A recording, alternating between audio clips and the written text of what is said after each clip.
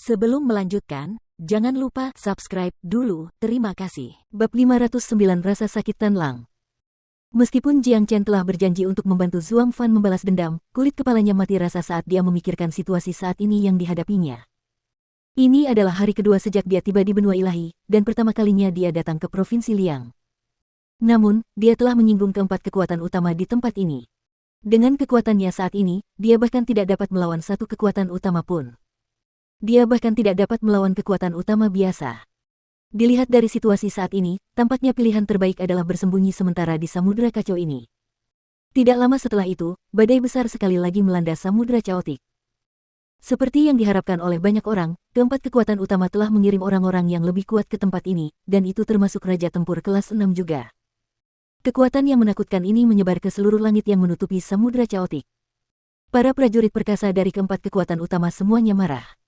Mereka telah memerintah Provinsi Liang selama bertahun-tahun, dan tidak sekalipun dalam sejarah mereka mengalami provokasi sebesar itu. Seorang biksu dan seorang pemuda, keduanya telah membunuh banyak jenius dari keempat kekuatan utama hanya dalam satu hari, menyebabkan mereka kehilangan banyak. Ini adalah sesuatu yang diyakini tidak terbayangkan di masa lalu. Namun sayangnya, meskipun para prajurit perkasa ini telah melakukan segala cara di lautan kekacauan, mereka tidak dapat menemukan jejak Jiang Chen dan biksu itu. Mereka telah mencari di banyak tempat, termasuk pulau-pulau terpencil tempat mereka terakhir terlihat. Namun, mereka telah meninggalkan Pulau Heaven Hawk. Seperti yang diharapkan oleh Jiang Chen, tempat yang paling berbahaya biasanya adalah tempat yang paling aman.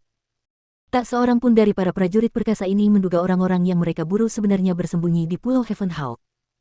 Para prajurit dari empat kekuatan besar menghabiskan 2 hari penuh mencari di lautan kekacauan, tetapi mereka tidak dapat menemukan berita apapun tentang Jiang Chen dan biksu itu. Pada akhirnya, mereka terpaksa berpikir bahwa Jiang Chen dan biksu itu telah meninggalkan lautan kekacauan. Itu sebenarnya bisa dimengerti. Setelah membunuh begitu banyak orang dari empat kekuatan besar, jika itu orang lain, mereka pasti akan memilih untuk melarikan diri secepat mungkin. Hanya orang bodoh yang akan tetap tinggal. Umumkan perintah untuk membunuh. Aku ingin menangkap mereka meskipun mereka sudah menumbuhkan sepasang sayap. Taik.on kelima mendengus dingin. Semua orang dari empat kekuatan besar sangat marah.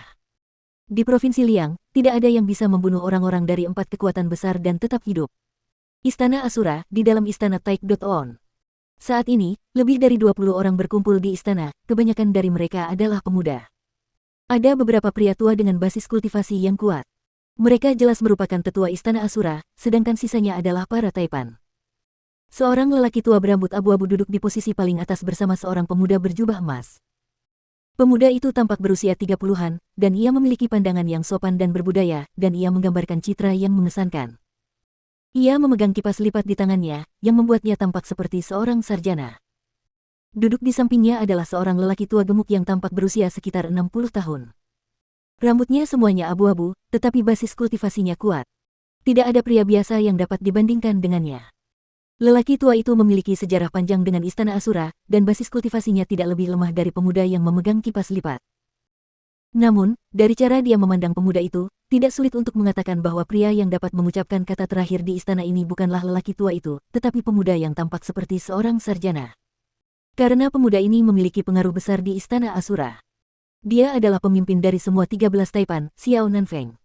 Saat ini, semua orang di dalam istana memasang ekspresi marah, terutama taipan ke-8, Ling Yi. Salah satu lengannya telah dipotong oleh Jiang Chen. Meskipun ia telah pulih sebagian dari luka-lukanya, lengannya tidak mungkin tumbuh kembali. Jiang Chen dan biksu itu pasti telah meninggalkan samudera kekacauan.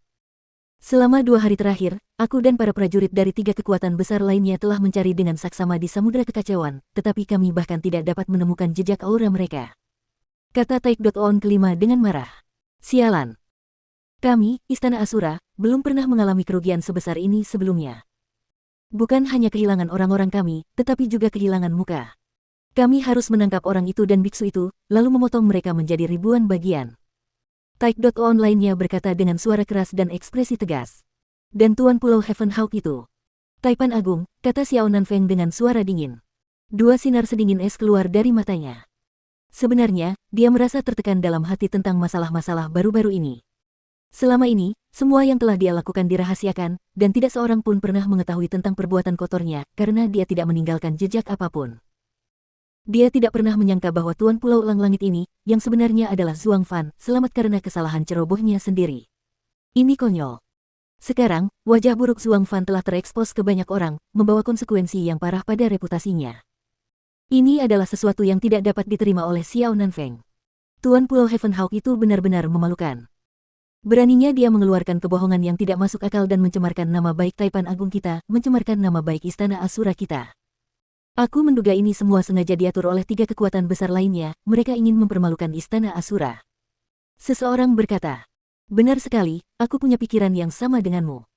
Kita semua tahu orang macam apa si Taipan Agung itu, dia tidak akan pernah melakukan hal seperti ini.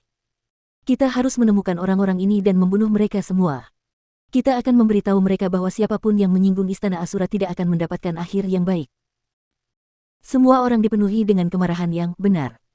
Tidak peduli apa pikiran mereka yang sebenarnya, secara lahiriah, mereka tetap harus mengatakan sesuatu yang dapat menyelamatkan muka Xiao Nanfeng. Lagi pula, di dalam Istana Asura, Xiao Nanfeng adalah orang yang memegang posisi utama. Pada dasarnya, dialah orang yang memiliki keputusan akhir dalam sebagian besar masalah kecil di dalam Istana Asura. Jadi, bahkan para tetua harus menyanjung Xiao Nanfeng. Dalam negara adikuasa seperti ini, posisi seorang pria akan selalu sejajar dengan kekuatannya. Status bergengsi Xiao Nanfeng tidak datang begitu saja, dia adalah Raja Tempur kelas 9, dan hanya selangkah lagi dari ranah Kaisar Tempur. Keberadaan seperti ini, kemanapun dia pergi di Provinsi Liang, dia selalu dapat melakukan apapun yang dia inginkan. Saya diberitahu bahwa pemuda itu, Jiang Chen adalah teman salah satu murid inti kami. Kata lelaki tua berambut abu-abu itu. Benar sekali, dia adalah teman Tan Lang. 2 hari yang lalu, ketika beberapa murid inti yang lebih muda pergi ke Pulau Heaven Hawk untuk memburu Master Pulau Heaven Hawk itu, Jiang Chen bepergian bersama dengan Tan Lang. Dia membantu kami dalam pertarungan melawan 6 Raja Bajak Laut, tetapi kemudian, dia tertipu oleh kebohongan Master Pulau Heaven Hawk dan membiarkannya bebas. Pada akhirnya, dia membantu biksu itu dan memilih untuk melawan Istana Asura. Sejak saat itu, aku menahan Tan Lang. Ling Yi berkata. Setiap kali dia merasakan sakit yang berasal dari luka di lengannya yang sekarang hilang, dia akan langsung dipenuhi amarah. Karena dia tidak dapat menemukan Jiang Chen, dia secara alami melampiaskan amarahnya pada Tan Lang. Bawa Tan Lang ke sini. Kata lelaki tua berambut abu-abu itu dengan suara keras. Ling Yi mengulurkan tangannya ke udara dan melakukan gerakan mencengkeram, yang langsung memperlihatkan retakan di ruang angkasa. Dia kemudian menarik seorang pria keluar dari sisi lain retakan spasial tersebut. Celepuk. Ling Yi melambaikan tangannya dengan santai dan melempar pria itu ke tanah. Lemparan itu sangat kuat, menyebabkan pria itu jatuh dengan tubuh yang terpelintir. Tubuh pria itu penuh dengan bekas luka, dan ada 3 luka di wajahnya yang masih mengeluarkan darah. Dia jelas telah menderita siksaan sebelum pertemuan ini. Namun, apapun yang terjadi, dia tidak pernah mengeluarkan erangan apapun. Tan Lang, aku ingin bertanya padamu. Apa hubunganmu dengan Jiang Chen? Orang tua itu bertanya. Teman. Dia menyelamatkan hidupku. Tan Lang berkata dengan dingin. Ia kemudian mengamati pemandangan di sekitarnya. Setiap orang yang hadir dulunya adalah idola di matanya, mereka semua berada di puncak yang ia impikan. Namun sekarang, pikirannya dipenuhi dengan rasa jijik dan kekecewaan yang mendalam. Selama 2 hari terakhir, Ling Yi menyiksa dan memukulinya dengan brutal, melampiaskan semua dendamnya kepada Tan Lang. Hal ini tidak hanya membuat Tan Lang kecewa, tetapi juga membuatnya sangat sedih. Bagaimanapun juga, dia adalah murid Istana Asura, dan dia pernah menganggap tempat ini sebagai rumahnya. Namun, meskipun begitu, dia masih harus menghadapi perlakuan tidak adil seperti itu.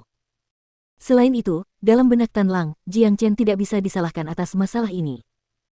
Awalnya, Jiang Chen berdiri di pihak Istana Asura, dan alasan mengapa ia pergi ke Lautan Kekacauan adalah untuk membantu Tan Lang dalam perjuangannya untuk menjadi Taekwondo ke-13. Itu semua karena tindakan Xiao Nanfeng terhadap Zhuang Fan yang membuat Jiang Chen terprovokasi, menyebabkan Jiang Chen merasa jijik dengan Istana Asura. Sebenarnya, Jiang Chen memang membantu mereka melawan ke-6 Raja Bajak Laut itu, menyelamatkan banyak nyawa para jenius dari Istana Asura. Namun sekarang, para Taipan dan tetua itu mengabaikan fakta itu begitu saja. Tidak hanya itu, ada satu hal yang membuat Tan Lang merasa semakin jijik.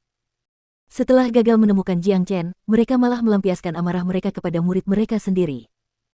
Dari cara mereka menangani masalah ini, itu menunjukkan bahwa mereka tidak pernah menganggapnya sebagai bagian dari Istana Asura. Penatua Liu, Anda tidak perlu bertanya lagi padanya. Selama 2 hari terakhir, saya telah menanyakan semua pertanyaan kepadanya, tetapi dia tidak pernah memberitahu saya apapun. Kata Ling Yi. Penatua Liu, Taipan Agung, sebagai murid Istana Asura, izinkan saya mengingatkan kalian semua. Lupakan masalah ini, dan jangan menjadi musuh Jiang Chen. Itu sama sekali tidak akan membawa manfaat bagi Istana Asura, kata Tan Lang.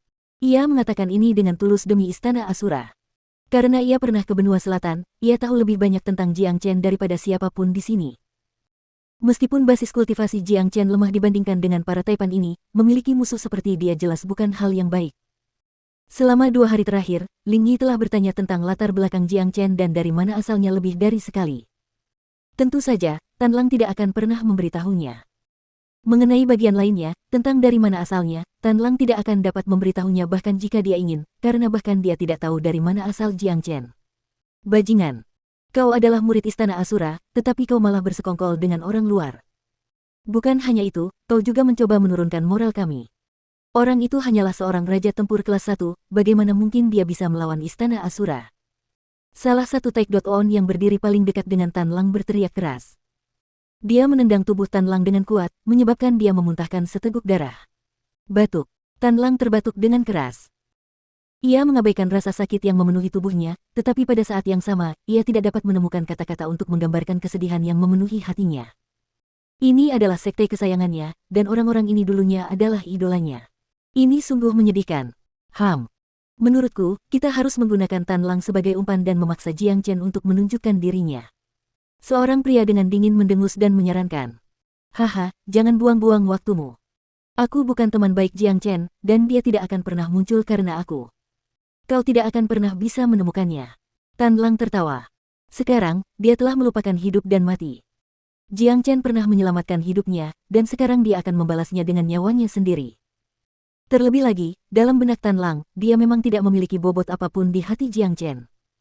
Jadi, bagaimana Jiang Chen akan menunjukkan dirinya, mengetahui bahwa Tan Lang hanyalah umpan belaka? Itu tidak ada bedanya dengan mencari kematian. Sambil menatap Tan Lang, sorot jijik terpancar dari mata Xiao Nanfeng. Ia melambaikan tangannya dengan santai, lalu Ling Yi mencengkeram bahu Tan Lang dan sekali lagi menahannya.